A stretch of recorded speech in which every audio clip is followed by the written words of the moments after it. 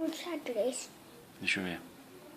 Os elefantes jogam xadrez? Isso mesmo. Muito bom. Eu já sou craque nesta. Mas você olhou as letras certinho para saber o que diz as letras? Os elefantes jogam xadrez. Jogam. Xadrez. Isso. Muito bom. Xadrez. Xadrez. E agora aqui? O que está escrito? A calça vovô. Vovô rascou. Isso. Então, Você vai tampar o rasgo? sempre faço isso nas atividades. Eu conserto.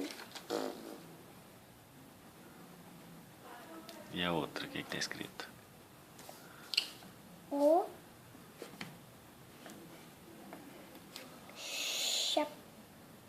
O chapéu do papai voou.